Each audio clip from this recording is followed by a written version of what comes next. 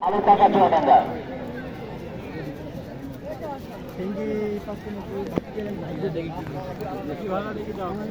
মাথা নরম হলে আবার বাবা বুঝেছো আমার গ্রাম চাষ মাথা বাবা আজ নয় কাল বাবা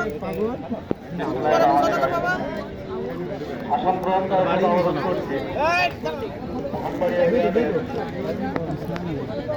ইউনিয়ন পরিষদের সম্মানিত সভাপতি টিপু সুলতান জেলার আসন গ্রহণ করার জন্য অনুরোধ করছি। আসন গ্রহণ করার জন্য অনুরোধ করছি।